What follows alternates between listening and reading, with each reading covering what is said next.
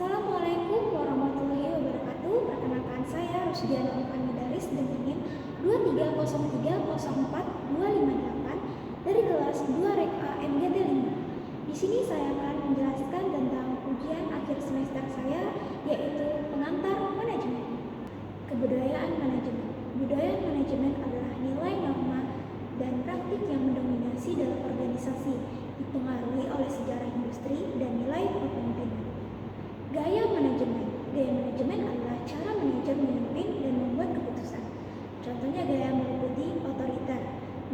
Manajer membuat keputusan sendiri. Demokratis, manajer melibatkan karyawan. Laissez-faire, manajer memberi kebebasan penuh. Transformasional, manajer menginspirasi karyawan. Transaksional, manajer menggunakan penghargaan dan hukuman. Hubungan kebudayaan manajemen mempengaruhi pilihan gaya manajemen yang tepat dapat meningkatkan efektivitas dan kepuasan kerja. Sekarang kita masuk ke dalam delegasi, tanggung jawab, dan kewenangan. Pertama, delegasi, yaitu proses memberikan tugas dan tanggung jawab kepada orang lain untuk meningkatkan efisiensi dan pengembangan karyawan.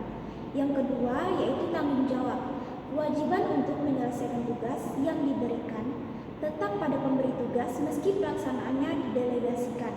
Yang ketiga, yaitu kewenangan, hak untuk mengambil keputusan dan tindakan yang diperlukan untuk menyelesaikan tugas.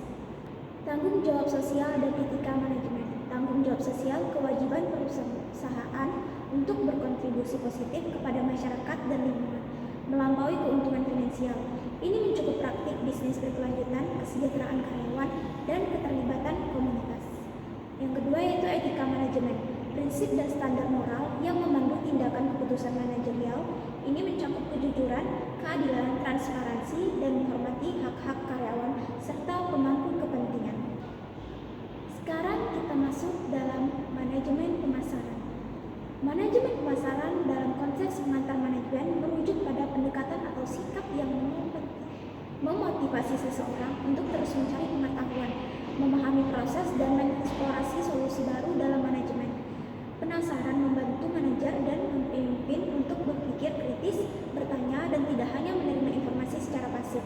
Ini penting untuk inovasi dan perbaikan berkelanjutan dalam organisasi. Dalam praktik manajemen, ini bisa berarti mendorong tim untuk bertanya, mencari cara baru untuk menyelesaikan masalah, dan tidak takut untuk mengeksplorasi ide-ide yang belum teruji. Sekarang kita masuk dalam motivasi. Motivasi dalam pengantar manajemen adalah proses mendorong dan menginspirasi karyawan untuk mencapai tujuan organisasi. Manajer menggunakan berbagai teknik motivasi seperti memberikan penghargaan, pengakuan, tanggung jawab, dan peluang pengembangan untuk meningkatkan kinerja dan kepuasan kerja karyawan. Sekarang kita masuk ke dalam problem solving dan decision making. Problem solving yaitu proses mengidentifikasi, menganalisis, dan menyelesaikan masalah. Ini melibatkan langkah-langkah seperti mengumpulkan informasi, mengidentifikasi akar masalah, mencari solusi potensial, dan menerapkan solusi yang dipilih.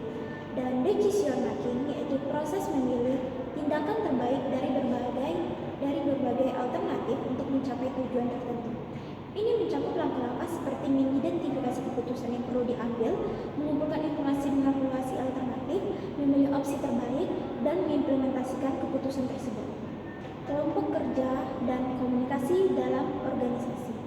Kelompok kerja sekelompok individu yang bekerja sama untuk mencapai tujuan yang sama. Kelompok kerja memerlukan kolaborasi, pembagian tugas, dan sinergi antar anggotanya untuk mencapai efisiensi dan hasil yang diinginkan. Komunikasi dalam organisasi. Proses menyampaikan informasi dan ide antara anggota organisasi. Komunikasi yang efektif mencakup penggunaan saluran yang tepat, mendengarkan aktif, dan memastikan bahwa pesan jelas dan dipahami oleh semua pihak.